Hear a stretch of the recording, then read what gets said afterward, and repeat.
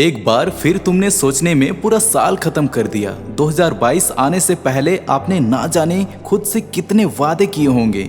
मैं ये करूँगा, मैं ये बनूंगा, मैं लोगों को औकात दिखाऊंगा, लेकिन कुछ भी नहीं हुआ। पूरा साल आपने हंसी मजाक, खेल कूद, लोगों की बुराइयां करना, इंस्टाग्राम रील्स को स्क्रॉल करते करते पूरा साल गंवा दिया। लेकिन कोई बात नहीं दोस्तों, इंसान को सही रास्ते का पता तब तक नहीं चलता है जब तक वो ठोकरें नहीं खाता है।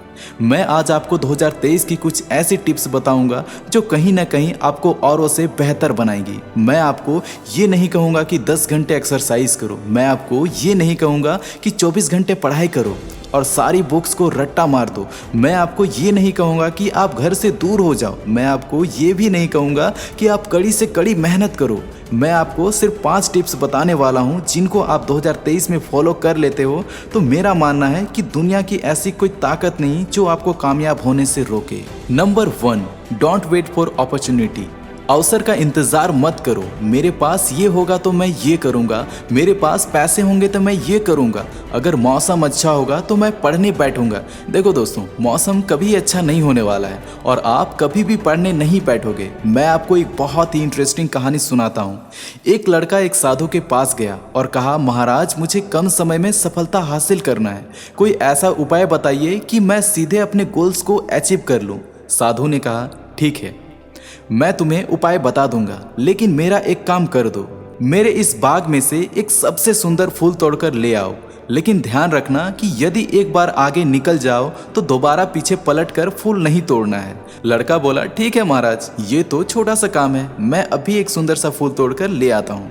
वो लड़का बाग में गया तो उसे पहला ही फूल बहुत सुंदर लगा, लेकिन उसने सोचा कि आगे इससे भी ज्यादा सुंदर फूल होंगे। लड़का आगे बढ़ा, उसे एक से बढ़कर एक सुंदर फूल दिखे, लेकिन और अच्छा से अच्छा फूल देखने के लिए वो आगे बढ़ता चला गया। जब वो बाग के अंत में पहुंचा तो वहां मुरझाए और बेजान फूल थे। यह देखकर लड़का निराश हो गया और खाली हाथ ही साधु के पास पहुंच गया। साधु ने समझाते हुए कहा कि हमारे जीवन में भी ऐसा ही होता है, इसलिए प्रारंभ से काम शुरू कर देना चाहिए। जैसे ही कोई अवसर मिले उसका उपयोग कर लेना चाहिए। ज्यादा अच्छे अवसर के चक्कर में हाथ आए अवसर को नहीं छोड़ना चाहिए। कभी भी अवसर का इंतजार नहीं करना चाहिए। अगर आप सचमुच में कम समय में कुछ कर दिखाना चाहते हो तो आपको टाइम वेस्ट करना छोड़ देना होगा और टिप्स नंबर 1 को बारीकी से फॉलो करना होगा। Number 2, don't make excuse. बहाने बनाना छोड़ दो। मेरे पास टाइम नहीं है, मैं ये नहीं कर सकता, अरे यार मैं तो गांव में रहता हूँ ना, गांव वालों को सपोर्ट नहीं मिलता है, मेरे पास पैसे नहीं है, मैं ये काम स्टार्ट नहीं कर सकता, मेरे पास स्कूल की फी नहीं है, मैं पढ़ नहीं सकता, मेरे घर वाले सपोर्ट नहीं करते हैं, अरे यार मैं तो जिंदगी से हार चुका हूँ। बेहतर काम ना करने की वजह या वक्त ना होने का बहाना मत बनाइए, क्योंकि आपका दिन भी 24 घंटे का ही होता है और सफल लोगों का भी। आपके पास वक्त बहुत ही कम है। प्लीज बहाने बनाना छोड़ दो और अपने गोल्स पे फोकस करो। Number 3, don't always depend on others. हमेशा दूसरों पर निर्भर ना रहें। दुनिया में किसी पर भी हद से ज़्यादा निर्भर ना रहें, क्योंकि आप जब किसी की छांव में होते हैं तो आपको अपनी परछाई नज़र नहीं आती है। मैं आपको एक कहानी सुनाता हूँ। एक बार एक राजा के राज्य में एक महामारी फैल गई। चारों ओर लोग मरने लगे।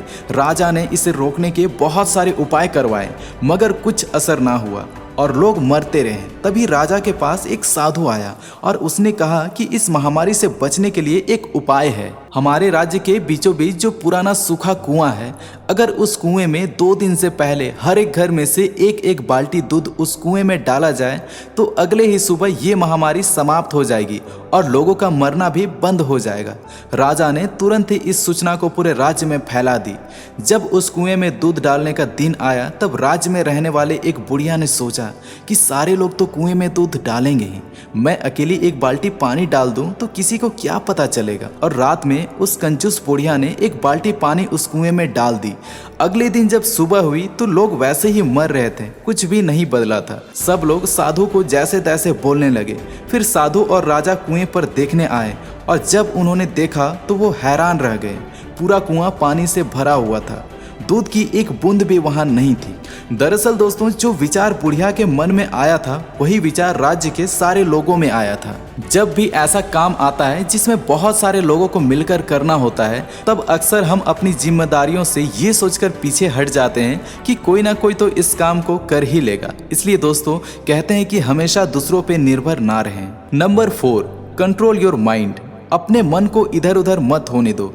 क्या आपने कभी आम, अमरूद और जामुन का बीज देखा है? कैसे एक छोटा सा बीज एक दिन एक बड़ा पेड़ बन जाता है? यह तभी मुमकिन हो पाता है जब वो जमीन में स्थिर रहता है। अगर हम रोज इसे बदलते रहेंगे तो वो कभी भी बड़ा नहीं हो सकता है। ठीक इसी तरह हमारा दिमाग होता है। फॉर एग्जाम्पल, बल्ब का आविष्कार थॉमस एडिसन ने किया था। इस काम में वे 1000 बार फेल हुए थे।